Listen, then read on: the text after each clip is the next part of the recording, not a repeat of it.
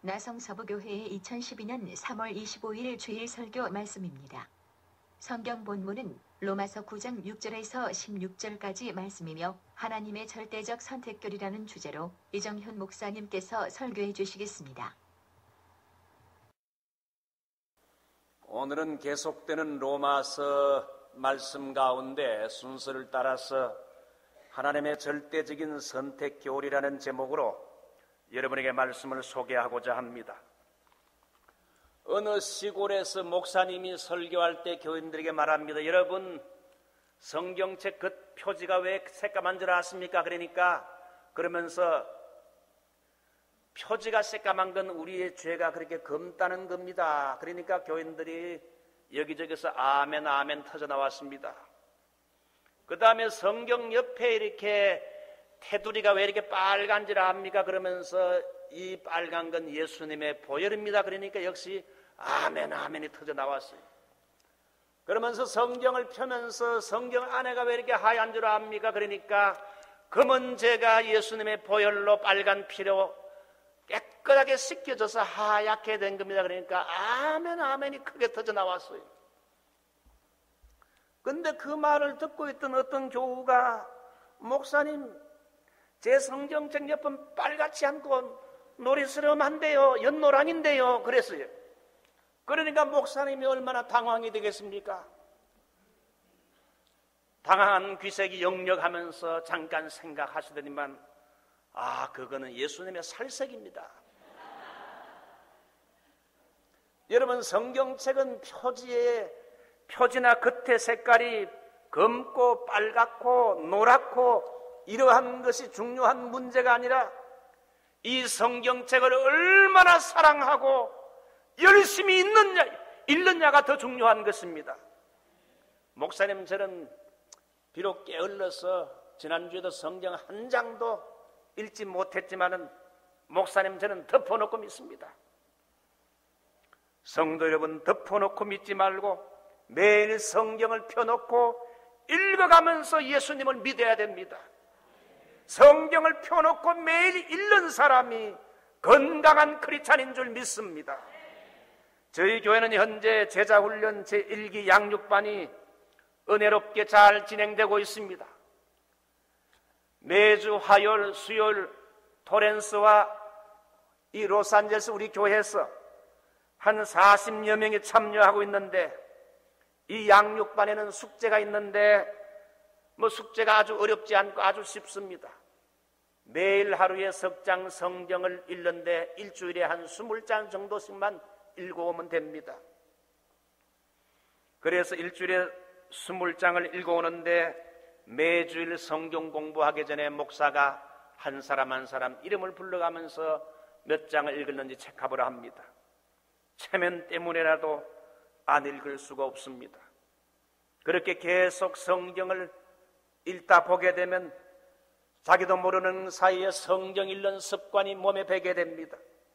보통 훈련생들이 20장에서 40장을 평균 읽어오게 됩니다. 어떤 사람은 일주일에 성경을 몇 장 읽어오는가 하면 100장 이상 읽는 사람이 보통 4명 이상 됩니다. 100장에서 150장, 200장. 사랑하는 성도 여러분, 교회에 와서 하나님을 찬양하는데 여러분 10시 45분까지 오기 바랍니다. 15분간 열심히 찬양하는 것, 찬양의 은혜가 많습니다. 찬양을 맛보아야 됩니다. 찬양의 은혜를 체험해야 돼요. 또한 예배 시에 설교자를 통해서 내게 주시는 설교의 말씀의 은혜, 말씀의 맛을 체험하는 것 중요합니다. 또 하나 필요한 건 매일 집에서 성경 읽는데 성경 읽는 맛을 개인적으로 체험해야 할 줄 압니다. 다윗은 성경을 매일 읽으면서 시편 19편 10절로 11절에서 고백을 합니다. 금과 순금보다 더 사모할 것이며 꿀과 송이 꿀보다 더 달도다. 꿀과 송이 꿀보다 더 달도다. 주의 종이 이로 말미암아 경고를 받고 이것을 지킴으로 상이 크니이다. 여러분, 성경 읽는 건 처음에는 단조롭고 지루할지 모르지만은 자꾸 읽어 나가다 보면 그 말씀 가운데 한 구절의 말씀이 내게 부닥치고 또한 부닥치는 그 말씀이 살아있는 음성으로 내게 체험이 되어집니다. 그러면서 지루했던 성경 말씀이 하나하나 깨달아지고 은혜가 되면서 점점 그 맛이, 성경 읽는 맛이 달게 느껴집니다. 여러분, TV 드라마보다도 더 재미있는 것이 성경 읽는 말입니다. 맞습니다. 성경을 읽게 되면 처음에는 내가 성경을 읽어나갔지만은 나중에는 성경 말씀이 내 마음과 생각과 뜻을 주관하고 나의 인생길을 성경 말씀이 이끌어줍니다. 저는 로마서를 묵상하고 설교 준비하면서 말씀 속에서 하나님을 여러 번 만났습니다. 야, 이 구절의 말씀은 너무나 좋은 말씀이구나. 꼭 하나님이 내게 주시는 말씀과 같구나. 참으로 이 말씀이 너무 은혜가 되는구나. 주님 감사합니다. 탄성을 지를 때가 많습니다.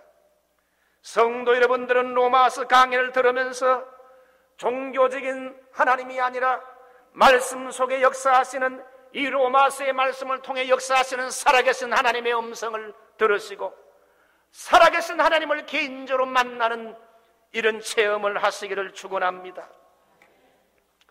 로마서 강해를 마칠 때까지 한 구절이라도 좋으니까 한 구절이라도 여러분의 삶에 직접 부닥치고 그 말씀 앞에 내 자신이 깨어지고 눈물을 흘리고 하나님의 말씀이 나를 강하게 사로잡는 이런 말씀이 여러분에게 있어야 할 줄 압니다. 한 구절의 말씀이 여러분을 사로잡게 되기를 바랍니다.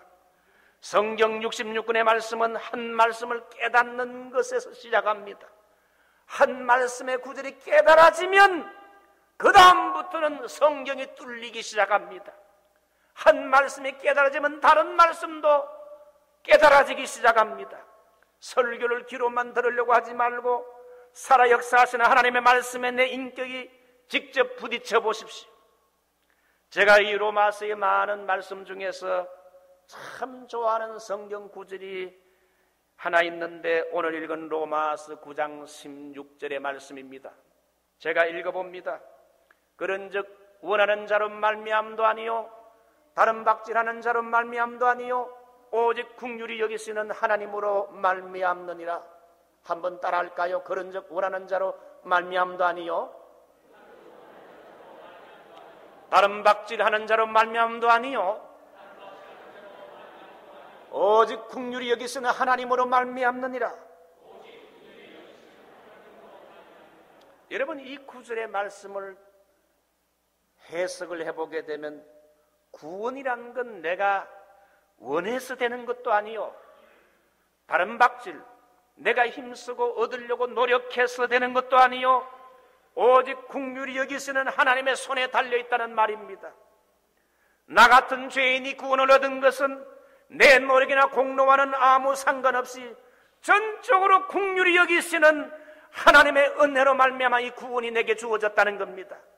다른 말로 말하면 구원은 내가 어떻게 해서 얻는 것이 아니라 하나님이 주도권을 잡으신 것으로 하나님 편에서 먼저 택해 주시는 선행적인 하나님의 은혜가 있어야 우리가 구원을 받을 수 있다는 거지요.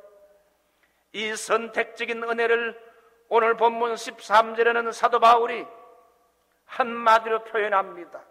13절을 보시죠. 하나님이 야곱은 사랑하고 에서는 미워했다 이렇게 표현을 했습니다. 이건 야곱과 에서가 태어나기도 전에 하나님이 그렇게 정했다는 겁니다. 하나님이 야곱은 사랑하고 에서는 미워했다. 미워했다는 것은 야곱만 사랑하고 에서는 사랑하지 않았다는 말입니다. 무슨 선이나 악을 행하기 전에 이미 하나님은 이 야곱을 택했다는 말입니다. 여러분, 이 하나님의 주권적인 선택에 대한 말씀은 성경에서 가장 어려운 말씀 중에 하나입니다. 우리 인간의 좁은 지성과 생각으로는 다 충분히 이해하기 어려운 것이 선택교리입니다. 누구는 선택하고 누구는 유기하고 버렸다. 여러분, 이게 말이나 되는 말입니까? 하나님이 인간을 이렇게 불공평하게 대해도 되는 겁니까? 누구는 선택하고 누구는 버렸다. 이거야말로 은폐한 거 아닙니까? 이렇게 따질 수 있어요. 그래서 오늘 본문은 설교하기가 너무 어려운 본문이요, 참으로 불가사의한 말씀이지만은 오늘 본문의 말씀이 계시해 주는 한도 내에서 하나님의 이 선택 사상을 여러분에게 설명하고자 합니다. 제가 한국에 가게 되면 그 영등포 신동 아파트에 제 어머니가 살고 계신데 연세가 86세, 87세가 다 됐습니다. 어머니는 평생 목사 부인으로 아버지를 이렇게 내조하며 섬기다가 아버지가 60세에 병을 얻어서 63세에 하나님의 부르심을 받았습니다. 옛날 분으로 영문학을 전공하고 옛날 분으로 영어 통역을 하시고 영어 설교를 하시고 지금 생각하면 제보다 몇백 배 나으신 참 영성이 풍부한 제 아버님 이렇게 내조하며 우리 어머님이 평생 사모로 섬기셨어요. 지금은 다른 건 다 건강하신데 치아가 좋지 못하시고 허리가 이거 굽으세요. 소파에 자꾸 이렇게 누워서 주무시니까 허리가 굽으시는 것 같아요.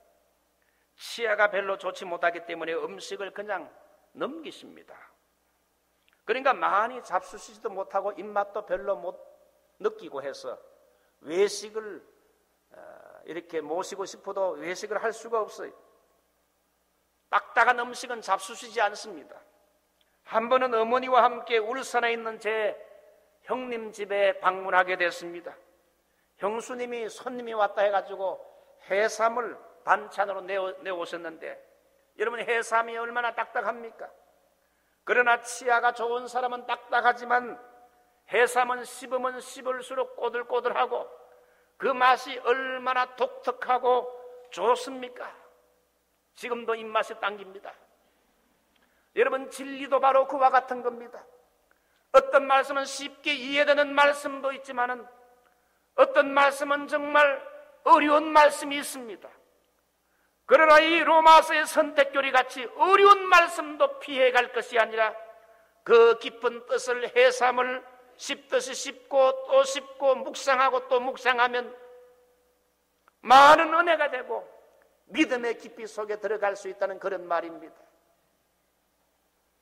사람은 두 종류의 사람이 있습니다. 제일 첫 번째 육신의 자녀와 약속의 자녀입니다. 약속의 자녀가 바로 선택적인 은혜를 받은 사람을 말합니다. 저 뒤에 계신 분들 이거 빨리 비춰주세요. 7절로 8절을 보게 되면 아브라함의 씨가 다 그 자녀가 아니요 오직 이사로부터 난 자라야 내 씨라 칭하리라 하셨으니 곧 육신의 자녀가 하나님의 자녀가 아니라 오직 약속의 자녀가 씨로 여기심을 받느니라. 이스라엘에게서 태어난 사람들이 다 이스라엘이 아니란 겁니다. 아브라함의 혈통을 가지고 태어났다고 다 이스라엘이 아니란 겁니다. 아브라함의 혈통 중에도 육신의 자녀가 있고 약속의 자녀가 있습니다. 이스라엘 민족은 약속의 자녀요, 저 중동 아랍 민족들은 다 첩으로 난 소생이기 때문에 육신의 자녀라 할 수 있습니다. 육신의 자녀는 택함받지 못한 사람이요 약속의 자녀는 택함받은 사람을 말합니다. 육신의 자녀는 이스마엘입니다. 아브라함이 아들을 낳지 못하자 인간적인 방법과 노력을 동원한 것이 하갈인데 하갈을 통해 난 이 시바지로 낳은 아들이 이스마엘 육신의 자녀. 그러나 약속의 자녀인 이삭은 어떤 아들입니까? 태어나기 전부터 약속되고 예언되어져 온 자녀를 말합니다. 선택된 자녀입니다. 여러분 계란이라고 다 병아리가 되는 게 아닙니다. 유정란만 병아리가 됩니다. 여러분 우리도 그렇습니다. 사람들은 겉을 보게 되면 다 똑같은 사람처럼 보이지만 두 종류입니다. 하나님이 택하신 주님을 믿는 신자와 택한 백성과 그렇지 못한 불신자로 나눌 수 있습니다. 하나님이 택하신 약속의 자녀가 아니면 예수를 나의 구주로 믿을 수가 없다는 겁니다. 우리가 그러니까 예수를 믿는 것은 내가 잘나서 믿는 것이 아니라 하나님이 우리를 약속의 자녀로 선택해 줬기 때문에 우리가 예수님을 믿게 된 겁니다. 우리가 예수를 믿는 건 기적 중에 기적입니다. 2000년 전에 우리를 위해 죽은 예수 그리스도, 한 번도 본 적도 만난 적도 없는 이 예수 그리스도가 믿어진다 이거예요. 우리는 이스라엘 백성도 아니고 이방인인 우리들이 눈으로 본 적도 없고 만난 적도 없는 이 예수가 나를 위해 죽었다가 사신 구세주라는 걸 조금도 의심 없이 믿어진다는 이 자체가 여러분 기적 아닙니까? 예수가 믿어지십니까? 예수가 나의 구주인 것이 믿어졌습니까? 이것은 기적 중에 기적입니다. 여러분이 눈으로 보기를 했습니까? 예수를 만난 적이 있습니까? 우리가 구원받은 것과 택함받은 걸 어떻게 알 수 있습니까? 내 속에 예수가 믿어지고 말씀이 떨어지게 되면 또한 말씀이 믿어지면 그게 택함받은 겁니다. 저는 성경 속에 예수님이 나의 구세주가 되시고 나의 죄를 위해 십자가에 죽으시고 부활한 것이 1%도 의심 없이 그대로 아멘으로 믿어져요. 예수님의 십자가 사건이 믿어지고 말씀을 들을 때 그 말씀이 하나님의 말씀으로 믿어지는 그 사실 그 자체가 택함받은 증거입니다. 반면에 택함받지 못한 사람은 아무리 말씀을 들어도 그 말씀이 믿어지질 않습니다. 10년, 20년을 교회 다니며 예수의 십자가의 구속의 사건을 수없이 들어도 자기 마음속에 와닿지 않고 믿어지지 않고 용납이 되지 않는 건 왜 그렇습니까? 택함받지 못한 증거입니다. 태양이 빛을 비춥니다. 태양이 빛을 비추면 얼음은 태양이 비치면 녹습니다. 녹아내립니다. 그러나 진흙은 똑같은 태양이 비치지만 더 굳어집니다. 빛이 비치면. 사람도 두 가지로 반응이 나옵니다. 똑같은 자리에서 말씀의 내용을 들은데도 불구하고 두 가지로 갈라집니다. 한 사람은 말씀을 듣고 회개하고 한 사람은 더 강팍해집니다. 말씀을 듣고 회개하는 반응을 보이는 사람은 구원받은 증거인 것입니다. 말씀을 듣고 강팍해지면 택함받지 못한 증거인 것입니다. 바로 18절에 바로가 바로 그 예입니다. 바로는 하나님의 말씀을 들으면 들을수록 Let my people go, 내 백성을 가게 하라. 내 백성들이 광야에서 여호와를 경배할 것이라. 내 백성을 가게 하라. 바로는 하나님 말씀을 들으면 들을수록 마음이 굳어지고 강팍해졌습니다. 여러분, 강팍해졌다는 건 하나님이 내버려 두었다는 걸 말합니다. 강변에 떠다놓은 진흙은 그대로 놔두면 굳어집니다. 하나님이 바로의 마음이 굳어지게 내버려 두셨다는 겁니다. 하나님이 바로에게 은혜를 주었으면 그도 부드러워졌을 것인데, 여러분, 십자가 옆에는 두 강도가 있었습니다. 두 강도는 똑같이 예수님을 한 장소에서 만났습니다. 지은 죄나 상황도 두 강도는 똑같았습니다. 처음에는 두 강도가 모두 예수님을 저주했습니다. 야, 네가 하나님의 아들이라면 너 자신을 구원하고 우리도 좀 구원해 보라. 기적을 좀 베풀어 보라. 그러다가 예수님이 십자가에서 한 말씀을 하셨습니다. 아버지여, 저들의 죄를 용서해 주시옵소서. 저들이 알지 못함이니이다. 예수의 말씀이 떨어지자 한 강도는 그 말씀을 듣자 마음이 녹아지면서 회개했습니다. 회개한 강도는 구원을 받았습니다. 근데 회개하지 않은 강도는 하나님, 우리 주님의 말씀이 떨어져 더 발악을 하면서 마음이 굳어져서 예수님을 저주했습니다. 여러분, 바로 이것이 선택입니다. 십자가를 가운데 두고 하나님 말씀을 가운데 두고 한 사람은 회개하여 구원받고 한 사람은 마음이 강팍하여 버림을 받았습니다. 십자가의 복음이 전거될 때 두 가지 반응입니다.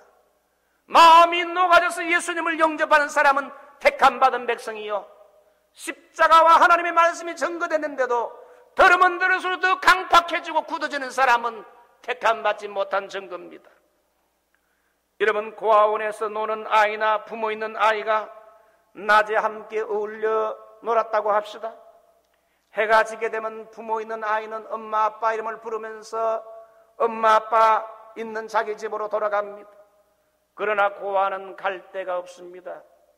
엄마 아빠를 부를 이름도 없습니다. 바로 이것이 다르지요. 우리의 영혼이 인생에 어려움을 당하고 석양을 맞듯이 고난과 고통을 당하게 되면은 택한 백성의 자녀는 누가복음 15장의 탕자처럼 아버지의 이름을 부르면서 아버지의 집을 찾게 됩니다. 어려운 일을 당하게 되면 아버지께로 돌아옵니다. 그러나 어려운 일을 당할 때 바로처럼 하나님을 더욱 원망하고 마음이 완악하고 강팍해지는 사람은 택함 받지 못한 사람의 표시인 것입니다. 두 번째, 하나님의 선택은 무조건적인 것입니다. 이삭의 부인 리브가가 낳은 쌍둥이 두 아들이 있었습니다. 에서와 야곱이지요. 맏아들로 태어난 에서는 남자답고 털이 많고 건장하고 잘생기고 씩씩했습니다. 그 목소리도 굵직한 베이스입니다. 남자답습니다. 들에서 사냥도 잘하고 인간적으로 우수한 사람입니다. 이 사람이 에서지요. 근데 이 둘째 아들인 야곱은 좀 비리비리하고 허약하고 기생오라비같이 엄마 치맛자락을 붙잡고 매일 부엌에서 자주 드나들고 어리광이나 부리고 남자답지 못한 마치 제비족 같은 쫄장부 같은 사람이 바로 이 야곱이었어요. 두 사람을 인간적으로 비교하게 되면 솔직히 에서가 월등하게 우수하고 멋있었을 것입니다.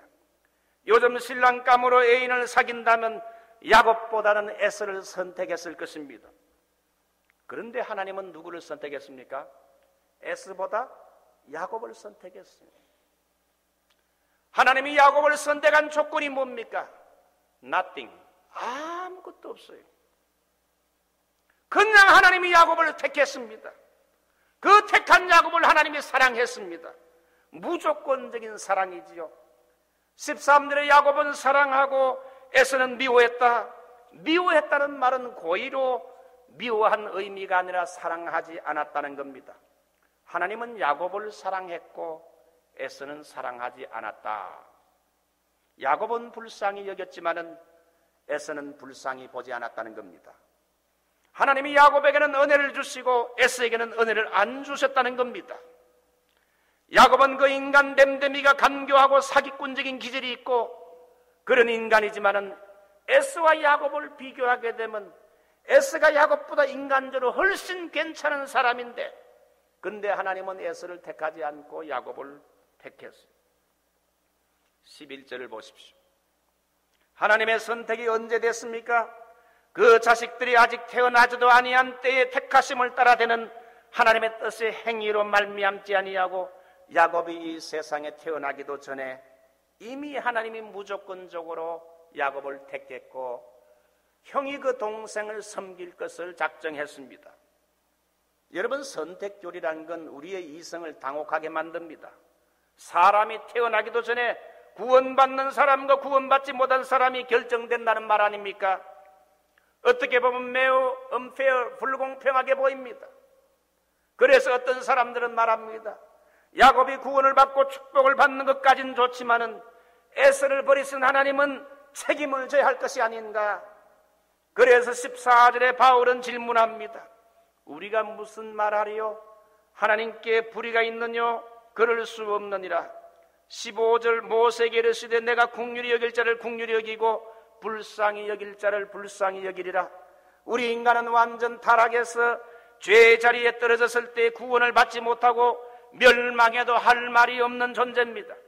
인간이 구원받을 만한 어떤 자격이나 권리가 있었다면 하나님께서 누구는 버리고 누구는 택했는가 불평도하고 불공평하다 말할 수 있지만은 그러나 우리 인간에게는 하등의 구원 얻을 만한 자격이나 권리가 없다면 누가 하나님의 주권적인 선택에 대해서 이러쿵저러쿵 말할 수 있겠습니까?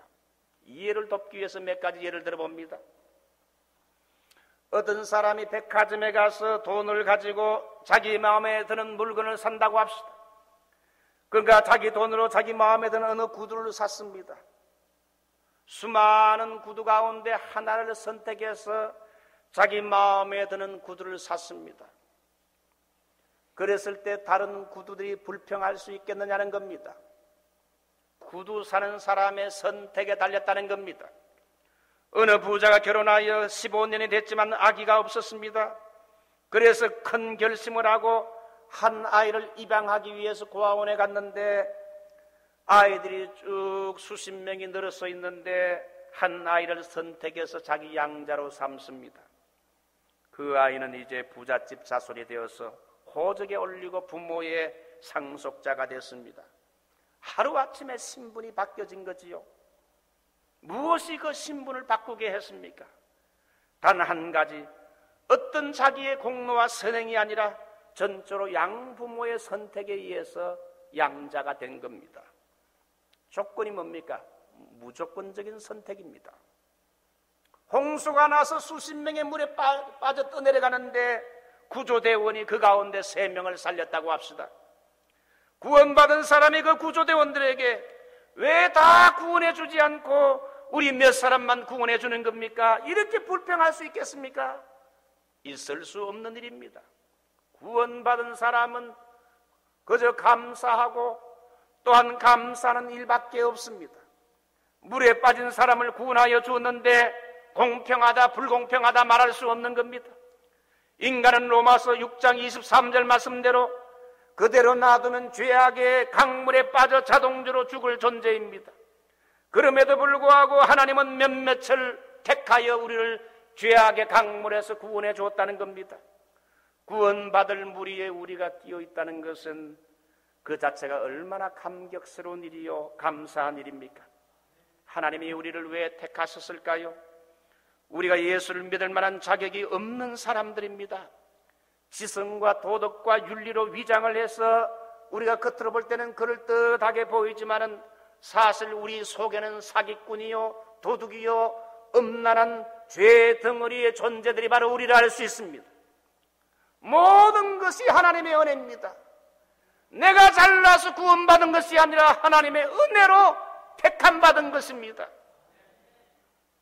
저는 과거에 성가대가 찬양할 때에 그 찬양을 듣고 감동한 적이 있습니다.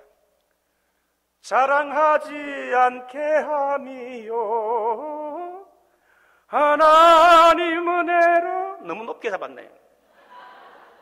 자랑하지 않게 함이요 하나님 은혜로 자랑하지 않게 함이요 하나님 은혜로 하나님의 선물 자랑하지 않게 하며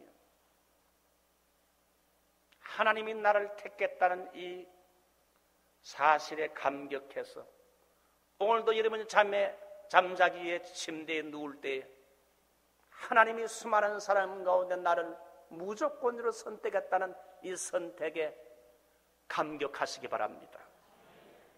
이제 결론을 맺습니다. 선택교리를 믿는 성도들이 살아가야 할 삶의 자세가 3가지 나오는데 첫 번째는 택한 백성이라는 확신을 가지고 날마다 감격하며 살아가시기 바랍니다. 그런즉 원하는 자로 말미암도 아니요 다른 박질하는 자로 말미암도 아니요 오직 긍휼히 여기시는 하나님으로 말미암음이니라.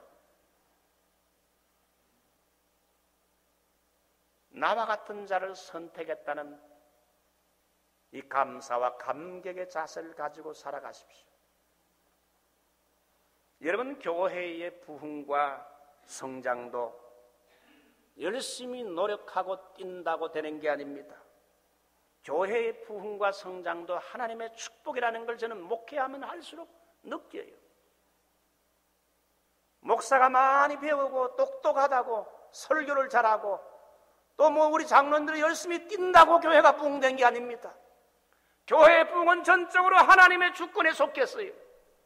하나님의 축복인 줄 믿습니다. 수많은 사람 가운데 별 보려면 저를 이렇게 목사로 하나님이 불러주신 것, 이것도 역시 무조건적인 하나님의 선택입니다. 한국에서 여러분 미국으로 이민 오려는 사람들이 그렇게 많은데 오려고 하는 사람은 못 오고 전혀 생각지도 못했던, 저는 미국 오려고 한 번도 기도해 본 적이 없어요. 그런데 우연히가 아니라 하나님의 섭리 가운데 미국에 사는 처녀를 만나가지고 미국 올 수 있는 길도 열렸는데 일부러 3년 늦춰가지고 안 가려고 그러다가 결국 오게 됐어요. 또 밀려서 오게 됐어요. 모든 게 하나님의 은혜입니다. 내가 노력한다고 되어지는 건 물론 있겠지만은 큰 축복은요 하나님의 은혜로 주어지는 거예요. 두 번째는 선택, 겸손하게 사십시오. 나의 나된 건 하나님의 은혜입니다. 구원을 위해서 내가 한 건 아무것도 없어요. 100%, 100% 우리 주님이 우리의 구원을 위해 다 하셨어요. 테텔레스타이 다 이루었다. 값을 그분이 다 치루었어요. 내가 치룬 건 하나도 없어요. 하나님이 다 하셨는데 자랑할 것이 무엇이 있겠습니까? 하나님이 국류를 베풀고 선물로 준 건데 내가 금방지게 뭘 내세울 게 있겠어요? 다 주님이 하셨습니다. 그러므로 여러분 입술에서는 항상 어떤 좋은 결과가 났을 때는 주님의 은혜입니다. 주님의 축복이지요. 저는 하나 잘난 거 없는데 주님이 도와주셨습니다. 겸손하게 사셔야 돼요. 솔라 그라티아, 오직 주님의 은혜인 것입니다. 세 번째, 택한 백성은 어떤 고난이 닥쳐도 담대해야 됩니다. 왜? 합력해 선을 이루는 하나님의 섭리를 믿기 때문입니다. 선과 유익이 아니면 어떤 어려움도 택한 백성에게 허락지 않습니다. 내 인생에 우연이 없습니다. 다 유익하기 때문에 하나님이 우리에게 허락한 겁니다. 우리에게 삶의 크고 작은 문제와 고난도 택한 백성을 향한 하나님의 섭리를 우리가 믿는다면 고난과 고통과 눈물 속에서도 감사하고 담대하십시오. 우리를 붙드시는 하나님의 손은 결코 놓지 않습니다. 선택받은 자의 긍지와 감격을 가지고 살아가시기를 주님의 이름으로 축원합니다.